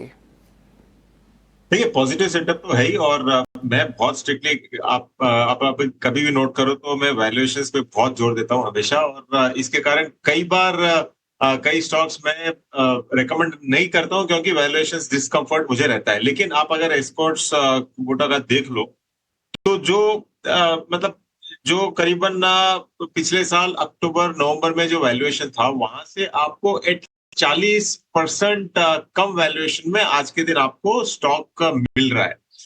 और दाम वाइज भी आप अगर देखो तो जो 4,400 के आजू बाजू चल रहा था, आज आपको ये 3200 के करीबन मिल रहा है, और पी करीबन हार्डली 31-32 के बीच में स्टॉक अवेलेबिलिटी है। तो जब वैल्यूएशंस में करेक्शन आता है, कंपनी सॉलिडो एकदम एक तरीके का लार्ज कैप ही समझ लीजिए, इसमें of course category wise mid cap में आएगा, लेकिन फिर भी इस सेक्टर का दिग्गज कंपनी है ये। इस वैल्यूएशन में आप फेल नहीं हो सकते, और जो आगे जाके ट्रेंड दिख रहा है वो मुझे लग रहा है कि वो कंपनी को सपोर्ट करेगा और पॉजिटिव ही लग रहा है। तो डेफिनेटली आपको medium term to longer term इसको रखना चाहिए। डाउन साइड आपका बहुत ही मिनिमल है, और थोड़े दिन में हम लोग अभी मॉनसून की बातें करने लग जाएंगे तो इसका भी बेनिफिट स्टॉक को आगे चल के मिलेगा। और आईएमडी ने भी फोरकास्ट भी किया है कि इस बार जो है अबव नॉर्मल मॉनसून रहेगा, तो ये थीम पे, रूरल थीम पे तो ज़रूर फोकस रखेगा एस्कॉच क्यूबोटा पे। लेकिन ऑफ कोर्स इस सेगमेंट में भारत फोर्ज जो है नंबर्स तो आ गए थे, लेकिन इनकी इन्वेस्टर प्रेजेंटेशन में कुछ इंटरेस्टिंग आया है। सबसे पहले यह कहते हैं कि वित्त साल 2026 में वो कोई गाइडेंस एक्सपोर्ट बिजनेस के लिए नहीं देने वाले हैं।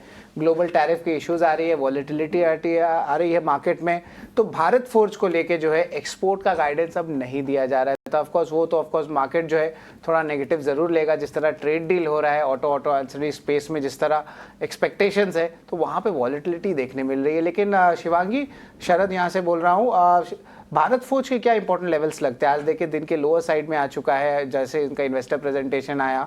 अर्निंग्स चलिए ठीक है मिक्स था, लेकिन इन्वेस्टर प्रेजेंटेशन में जो है गाइडेंस एक्सपोर्ट को लेके थोड़ा वीकर साइड पे। तो शिवांगी, यहाँ पे इंपॉर्टेंट लेवल्स क्या भारत फोर्ज के होने चाहिए, और क्या अगर स्टॉप लॉस लगता है तो कितना होना चाहिए? जी बिल्कुल, इस क्षेत्र में एक अच्छे मूवमेंट देखने को मिल रहे हैं पिछले 2-3 हफ्तों से, पर हम देख रहे हैं कि अगेन थोड़े बहुत एक्शन मिसिंग है। फॉलोअप के ना होने के कारण अपसाइड कैप नजर आते हुए नजर आ रहा है। भारत फोर्ज की स्पेसिफिकली हम बात करें तो 1150 पे यहाँ पे रेजिस्टेंस देखने को मिल रहा है आज के सेशन में भी, और हमने देखा है पिछले 2 बार से ये 1150 को क्रॉस करके होल्ड नहीं कर पा रहा है। तो यहाँ पे 1150 एक अगला रेजिस्टेंस जरूर बनेगा। यहाँ इसको क्रॉस होते ही हम यहाँ पे नेक्स्ट जो है 1200 तक के लेवल्स एक्सपेक्ट कर सकते हैं, बट फिलहाल कंसोलिडेटिव व्यू रहेगा जब तक 1150 नहीं क्रॉस करे।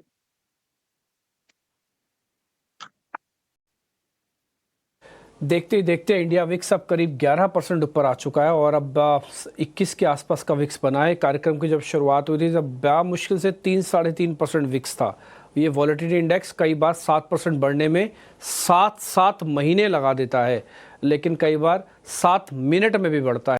तो आज कुछ वैसा ही सीन है। ये 7 मिनट में बढ़ने वाला विक्स बना, और इसने फियर इंडिकेटर्स के तौर पर आपको ये बताने की कोशिश की है कि सीमा पर अभी थोड़ा फियर है, अभी थोड़ी यहाँ पे दिक्कत है, और एक दूसरे पे जो टसल है वहाँ पे इंडिया और पाकिस्तान की वो हो रही है। आप देख भी पा रहे हो कि टिकर टीम नॉन स्टॉप वो सारी खबरें आपको बता रही है। भारत सरकार ने भी बयान जारी करके सारी जानकारी दी है कि हमने लाहौर में उनका डिफेंस सिस्टम पूरी तरह से तबाह कर दिया। ये ऑथेंटिसिटी के साथ है, ये कोई सोशल मीडिया से ली हुई खबरें नहीं है, ये मिनिस्ट्री ऑफ डिफेंस से या फिर जो सरकारी एजेंसीज हैं उनसे हम लेके खबर हम आपके सामने फैला रहे हैं, क्योंकि हमारी भी एक नैतिक जिम्मेवारी बनती है कि हम कोई भी अफवाह के साथ ना जुड़ें। जहाँ पे जो चीज़ रियल है, सत्य है और ऑथेंटिक सोर्स से आ रही है, वही हम आपके सामने जानकारी रखें। और इस समय की तस्वीर और इस समय की चीज़ें ये बता रही है कि सीमा पर तनाव तो है बॉस, और ख़त्म नहीं हुआ है और शायद थोड़ा और एस्केलेट भी हो जाए। अभी तक तो ऐसा लग रहा है ये सिचुएशन को देख के, क्योंकि विक्स भी यही आपको बताने की कोशिश कर रहा है। एक और पॉइंट, इस पूरे फॉल में जो अभी आज का हुआ है, अभी भी हमने 24,200 को ब्रेक नहीं किया, ठीक है ना। तो आप अपने कोई भी स्टॉप लॉसेस नियर बाय के जो लगा के बैठे हैं वो 24,200 लगा के बैठना, और अगर कटते हो तो कटवा लेना सौदा, क्योंकि अगर ये मामला और बड़ा होता है तो फिर हम 24,000 और उसके नीचे जा भी सकते हैं, ऐसा साफ साफ समझ में आता है। एक बार विवेक कारवा से और समझ लेते हैं। विवेक सर, ये जो तस्वीरें अभी हम देख पा रहे हैं, जो बयानबाजी हो रही है, भारत सरकार के ऑथेंटिक सोर्स भी हमको बता रहे हैं, वही हम फ्लैशेस के तौर पर छाप भी रहे हैं, ये सब का क्या मतलब है? ओके ठीक है, उनसे भी बात नहीं हो पाएगी, थोड़ा डिस्कनेक्ट हुए हैं हमारे से भी। कुणाल शाह, एक बार आप जरा देख के बताएंगे चार्ट्स पर, ये 24,200 के टूटने की प्रोबेबिलिटी कितनी हाई बनी है आज के फॉल के बाद? डेफिनेटली जो कंसोलिडेशन था, डाउनवर्ड ब्रेकडाउन के लिए कंफर्मेशन आ चुका है। जैसे 24,200 टूटेगा तो जो नेक्स्ट लेवल आता है वो है 23,800, जो कि निफ्टी का 20 डीएम है, वहां पर प्लेस्ड है। और अगर हम 20 डीएम को भी तोड़ देते हैं क्लोजिंग बेसिस पे, तो हमने जो गैप क्रिएट किया था 23,200 23,000 जोन के आसपास, वो भी हम फिल करने आ सकते हैं। सो इमीडिएट 24,200 टूटता है तो 23,800 नेक्स्ट टारगेट रहेगा, और अगर उसके नीचे हम क्लोजिंग देते हैं, सस्टेन करते हैं 1-2 दिन के लिए, तो नेक्स्ट टारगेट आता है वो 23,200। ठीक है, आज टोटल 50 में से करीब 37 शेयर कमज़ोर हैं, और बड़ी हैरानी की बात है कि रिलायंस इंडस्ट्रीज़ आपको अभी भी हरे निशान में दिखेगा। आज मार्केट ने एक गोता लगाया, करीब 150 पॉइंट तो सामने स्क्रीन पे दिख रहे हैं। अगर मैं 50 एक पॉइंट और जोड़ दूं इसमें तो करीब 200 पॉइंट का गोता लगा। ये एडवांस डिक्लाइन की रेशो भी आप चेक कर सकते हैं, 182 शेयर कमज़ोर हैं आज। ये एनएससी और बीएससी की रेशो भी ख़राब हुई है और बढ़ता हुआ विक्स है, लेकिन फिर भी रिलायंस अभी भी 2 से ढाई रुपये हरे निशान में है। मार्केट काफ़ी चॉपी है, काफ़ी यू नो ट्रस्टवर्दी नहीं हो पा रहा है, और बहुत ही माहीन पीस रहा है सब कुछ। थोड़ा सतर्क रहिए, सावधान रहिए, कॉशियस का स्टांस बनाए रखिएगा, नई पोजीशंस ना लीजिए, पुरानी पोजीशंस को हैंडल विद केयर कीजिए। अभी तक का तो यही लेसन है। छोटा सा ब्रेक लेते हैं। शिवांगी, विवेक कारवा, कुणाल शाह और लक्ष्मीकांत शुक्ला जी भी मेरे को स्क्रीन पर दिख रहे हैं, उन सब से हम बातचीत को आगे बढ़ाएंगे।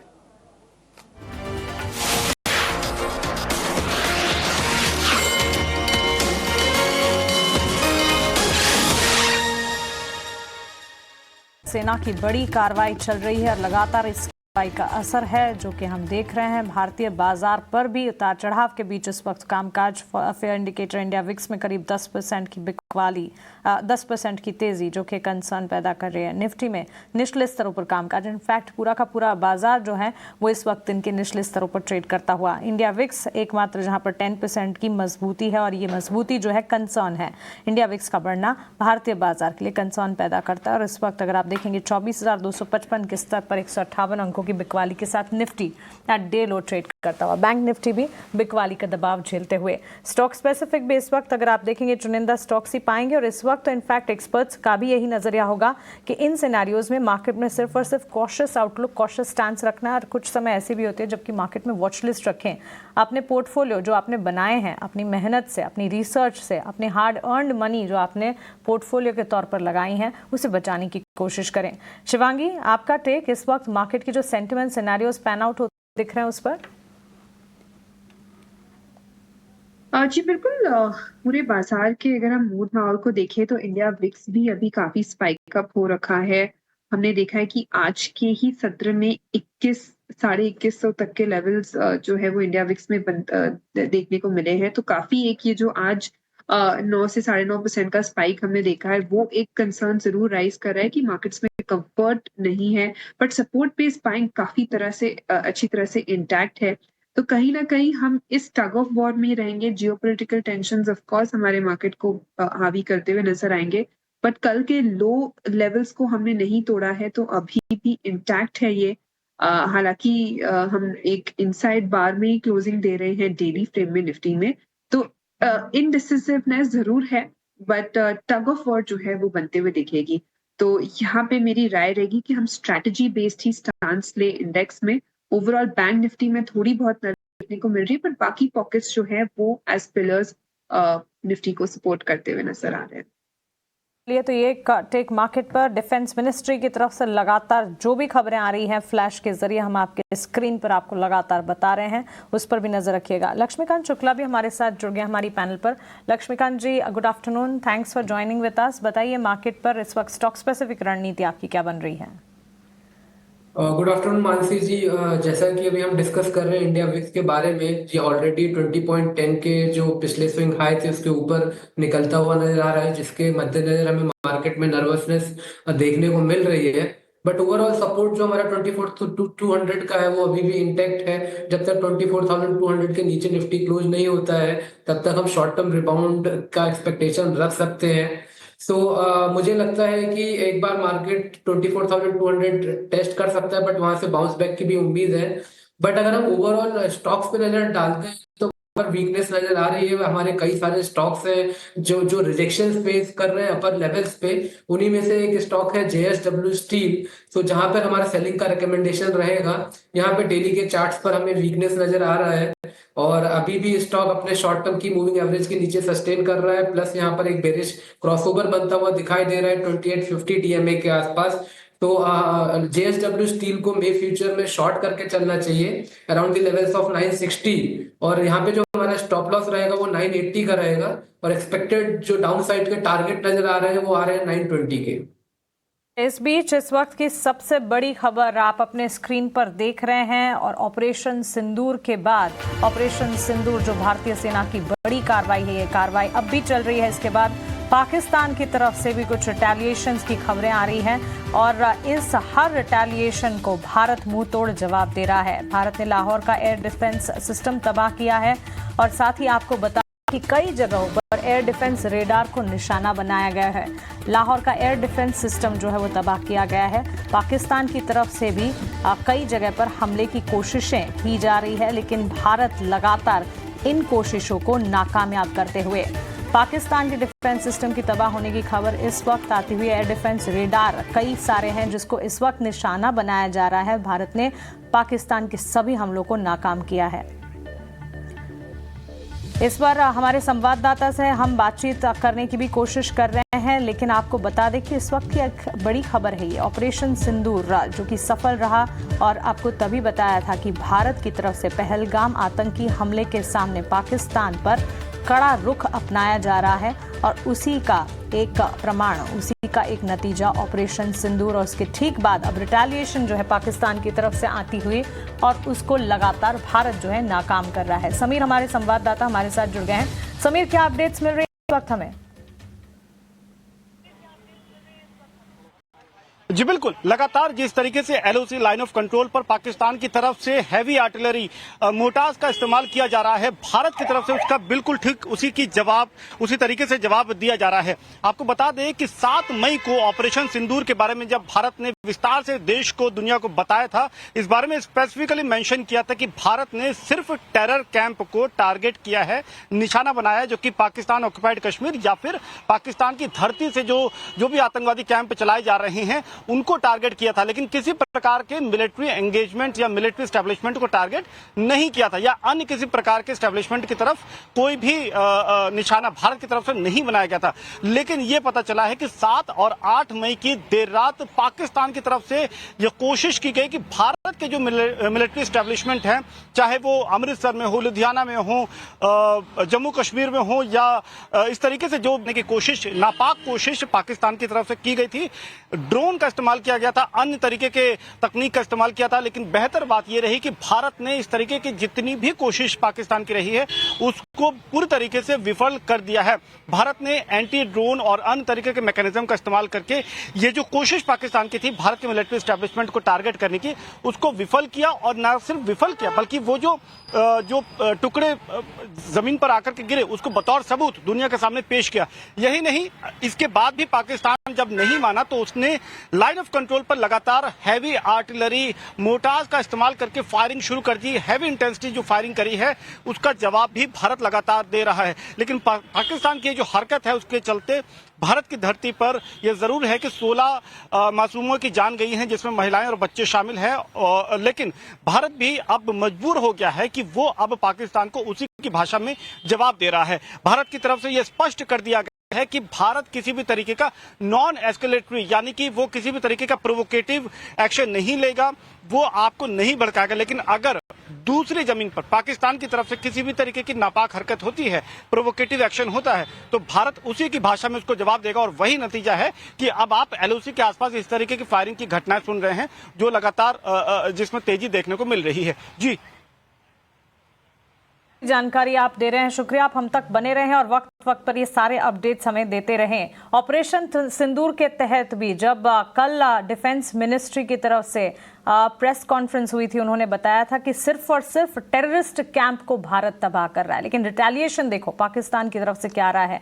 अंधाधुंध गोलीबारी और पाकिस्तानी गोलीबारी में करीब 16 निर्दोष लोगों की जान जाने की भी खबर आती हुई दिख रही है। भारत की जवाबी कार्रवाई में लाहौर के एयर डिफेंस सिस्टम को तबाह होने की खबर है और भारत पाकिस्तान के सभी हमलों को लगातार नाकामयाब करने की कोशिश कर रहा है। इस खबर पर हम बने, लेकिन फिलहाल एक छोटे से ब्रेक के लिए रुक रहे हैं।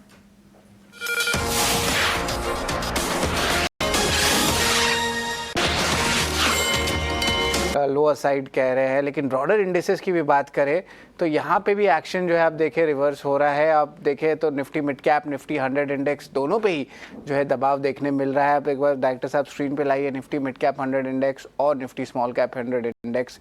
यहाँ पे जो है देखिए तो सेलिंग प्रेशर थोड़ी इंटेंसिफाई हो रही है। सुबह में कहानी अलग था, जो ब्रॉडर इंडेसेस थे वहाँ पे अच्छी मोमेंटम देखने मिल रही थी, बट अब देखिए एक बड़ी करेक्शन जो है 1% से ज़्यादा की गिरावट देखने मिल रही है।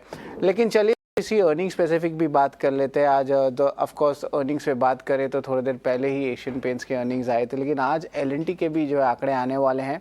लार्जली जो है एक्सपेक्टेड है कि म्यूटेड सेट ऑफ नंबर्स रहने वाले हैं, खास करके इनके जो ग्लोबल ऑर्डर्स है मिडल ईस्ट से, वहाँ पे ज़्यादा मोमेंटम नहीं देखने मिल सकता। लेकिन एग्जीक्यूशन कैसा रहेगा, ऑर्डर बुक स्टेटस कैसे रहेगा, उस पे जो है बाजार की नज़र रहने वाली है। एल&टी भी देखे तो टूवर्ड्स द डेज लो पे है, फ्लैटिश ही है, उतना ज़्यादा मूवमेंट नहीं आ रहा है। लेकिन यहाँ पे जो है करंट लेवल्स पे लक्ष्मीकांत जी ज़रा बताएं एल&टी कैसा लगता है अहेड ऑफ द अर्निंग्स। आज अर्निंग्स आएगी मार्केट आज के बाद, उनकी कमेंट्री ज़्यादा इंपॉर्टेंट रहने वाली है, बट ओवरऑल एल&टी यहाँ पे कुछ कमाई के मौके बनते हैं कि कुछ स्टॉप लॉस लेवल्स देख रहे हैं यहाँ पे इंपॉर्टेंटली, क्योंकि यहाँ पे फंडामेंटली ज़्यादा मोमेंटम तो नहीं आ रहा है स्टॉक में। 1-2 क्वार्टर में हमने देख भी लिया है। तो आज रिजल्ट्स आने वाले हैं, इनके नतीजे के अनुमान के भी नंबर्स जो है स्क्रीन पे अब आ चुके हैं, आप स्क्रीन पे देख सकते हैं। आज यहाँ पे जो है पूरी एक्शन होने वाली। तो एल&टी कैसा लग रहा है, कैसा चार्ट्स बता रहे हैं, ज़रा बताएं लक्ष्मीकांत जी। एल&टी में एक साइडवेज मोमेंटम दिखाई दे रहा है। ऊपरी स्तर पे जो रेजिस्टेंस दिखाई दे रहे हैं वो दिखाई दे रहे हैं 3375 के आसपास।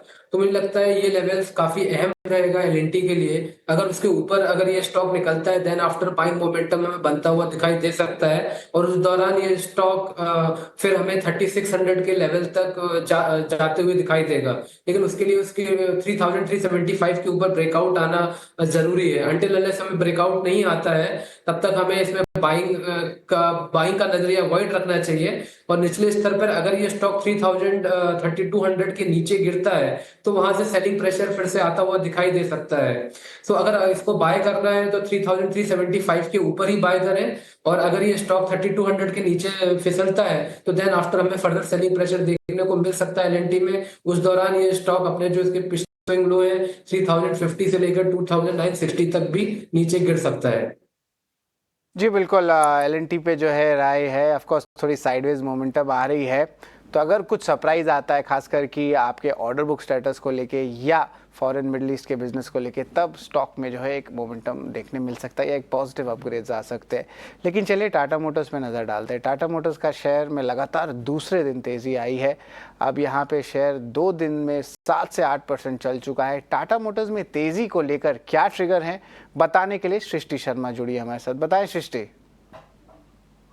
जहाँ टाटा मोटर्स में लाइन से पॉजिटिव खबरें आ रही हैं, हालांकि कई सारी खबरें ही हैं और इनकी पुष्टि होना बाकी है, पर स्टॉक में ऑलरेडी ज़बरदस्त रिएक्शन है। आइए आपको इसके पीछे की 5 बड़ी वजहें बताते हैं। सबसे पहला तो यूएस और यूके में एक ट्रेड डील संभावित है, ऐसा कुछ रिपोर्ट्स बता रही हैं, जहां पर आप समझिए कि यूएस जो है एक काफ़ी बड़ा मार्केट है टाटा मोटर्स JLR डिवीजन के लिए। वहां पर जो ट्रेड डील्स या यानी कि टैरिफ लगे थे, उससे इनके बिजनेस को काफ़ी इम्पैक्ट होने की आशंका थी, जिसके चलते हमने ये भी देखा था कि टाटा मोटर्स JLR ने अपने शिपमेंट्स बंद कर दिए थे, और ऐसे में एक ट्रेड डील होना अपने आप में ही एक पॉजिटिव खबर है। दूसरा बड़ा कारण है कि कुछ रिपोर्ट्स ये भी बता रही हैं कि 1 महीने के अंतराल के बाद जब JLR ने अपने शिपमेंट्स यूएस भेजना बंद कर दिया था, वहां पे एक रिजम्पशन यानी फिर से शिपमेंट्स जाना शुरू हो गए हैं, तो ये भी एक बड़ा पॉजिटिव ट्रिगर साबित हो रहा है।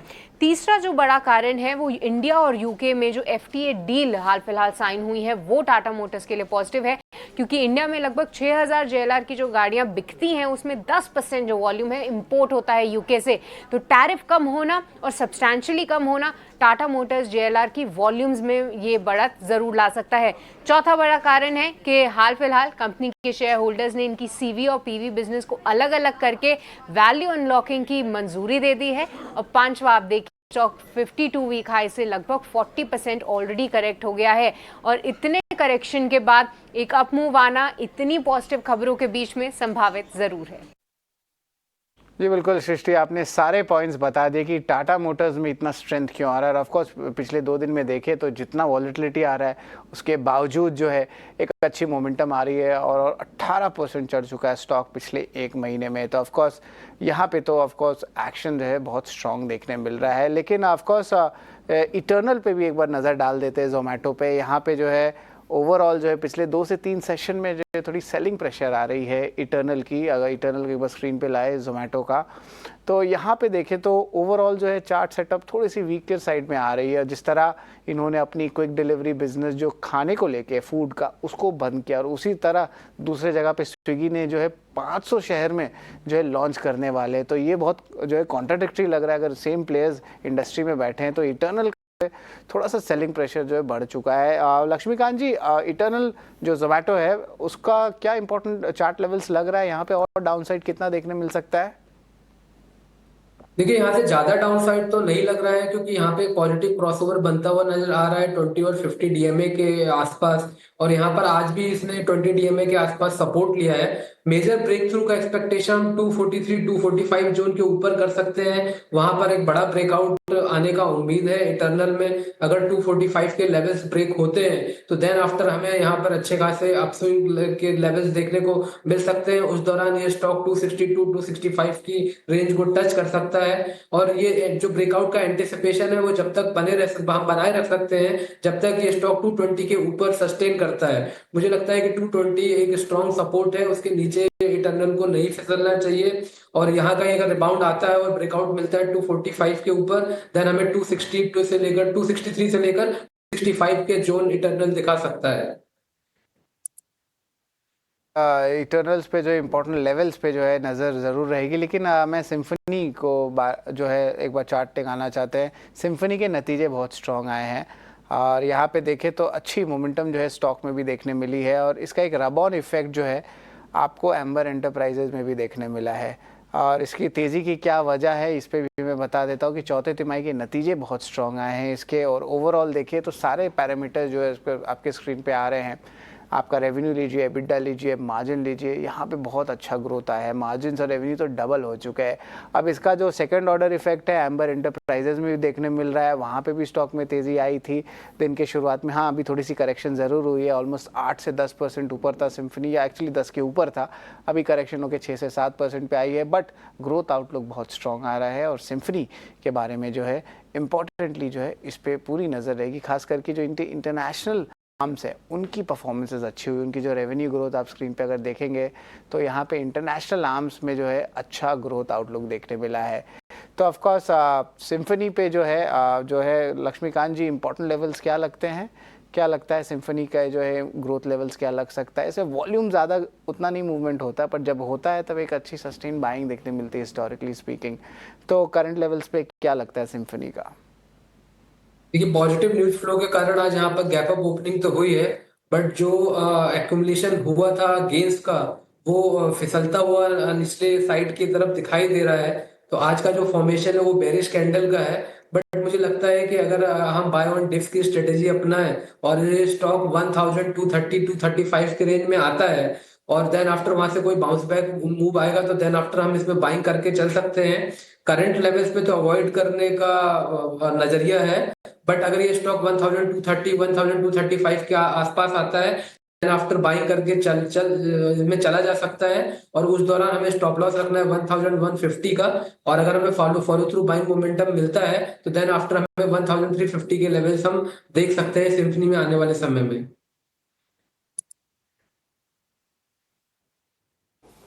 जब मार्केट्स के अंदर एक तेज़ रिएक्शन आया था गिरावट का, यानी कि जब हमने गैप डाउन किया था तब भी हमने 24,212 का लो टेस्ट किया था। आज हम 24,246 पे वापस टेस्ट कर रहे हैं। विक्स करीब 12.5% बढ़ चुका है। इसी कार्यक्रम में विक्स शुरू हुआ था 4% से और इस कार्यक्रम को हम क्लोज करने की तैयारी कर रहे हैं तो करीब 12% विक्स बढ़ा है। जैसे मैंने आपको कहा कि कई बार विक्स 10% बढ़ने में पूरा साल लगा देता है और कई बार 10 मिनट में बढ़ जाता है। वो इवेंट टू इवेंट और दिशा और समय की स्थिति क्या चल रही है उसको लेके होता है। ये जो विक्स बढ़ता हुआ विक्स है ये इतनी जल्दी कूल ऑफ नहीं होगा। मामला साफ समझ में आ रहा है। जिस तरह की चीज़ें आप नीचे टिक पा रहे हैं और पाकिस्तान और इंडिया की तरफ से जो इस समय कशमकश चल रही है वो साफ बयां करने के लिए मामले को सफिशेंट है कि थोड़ा रुकिए, सब्र करिए, शांति भी रखिएगा और मौका देख के आप ट्रेड लीजिएगा। रिलायंस इंडस्ट्रीज फाइनली वो भी आपको लाल निशान में दिख जाएगा। बहुत हिम्मत, बहुत जद्दोजहद तक भी इसने की, लेकिन अभी इसके अंदर भी आपको भले ही 2 रुपये का नुकसान दिखे लेकिन अब इसके अंदर भी नुकसान देखने को मिला है। एक और चीज़, आज 8 मई है और आज डेरिवेटिव एक्सपायरी का दिन भी था वीकली बेसिस पर निफ्टी का। मैं आपको एक कॉल दिखाता हूं और एक पुट भी दिखाता हूं, अगर आप दिखा पाए प्रोड्यूसर साहब लास्ट में चलते चलते 24,408 मई वाली। और इस पुट के बारे में भी और इस कॉल के बारे में भी ऑलरेडी हमने आपको आगाह भी किया था और दिन में भी दिखाया था कि देखो पैसे कैसे गंवाए जाते हैं, दोनों का प्रीमियम्स ईट होता है। लेकिन जैसे तस्वीर बदली 24,400, हाँ सेम सब कुछ वैसा ही रखो, बस 24,200 की जगह 24,400 कर दो। तो 24,400 के अगर आप पुट देखेंगे उसमें 50% की बढ़त है। और आपको पता है 50% की बढ़त का मतलब क्या है?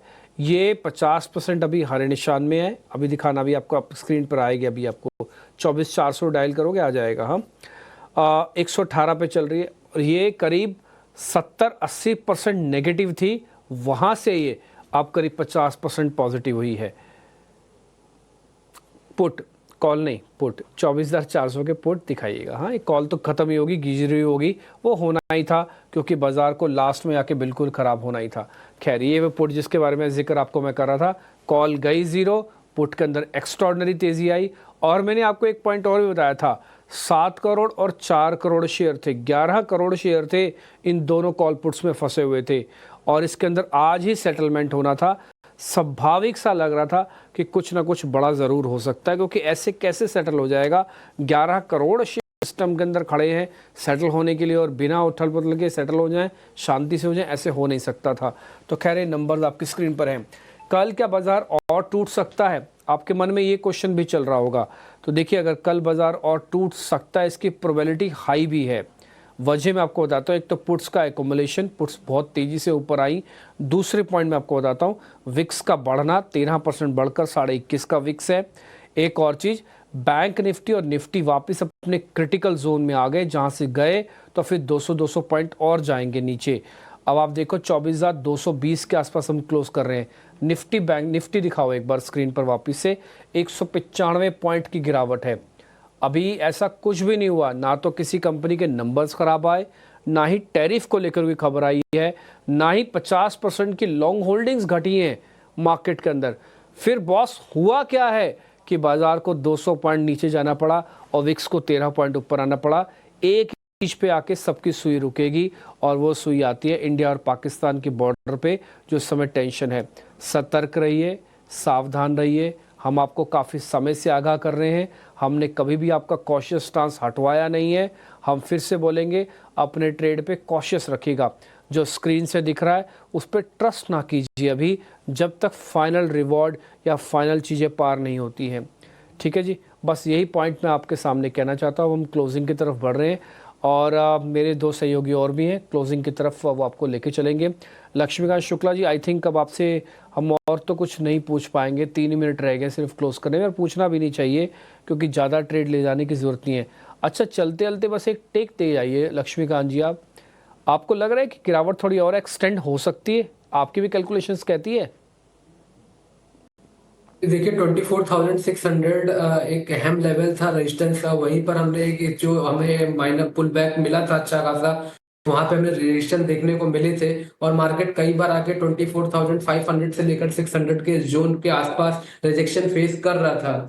हालांकि इससे पहले 24,200 लेवल्स एक अहम सपोर्ट था, बट आज जिस तरीके से इंडिया विक्स ने ऊपर की तरफ स्पाइक लिया है वो यही दर्शाता है कि 24,200 लेवल्स कल टूट सकते हैं और आने वाले समय में जो पिछले स्विंग लो है 24,000 वहां तक हमें मार्केट फिसलता हुआ दिखाई दे सकता है।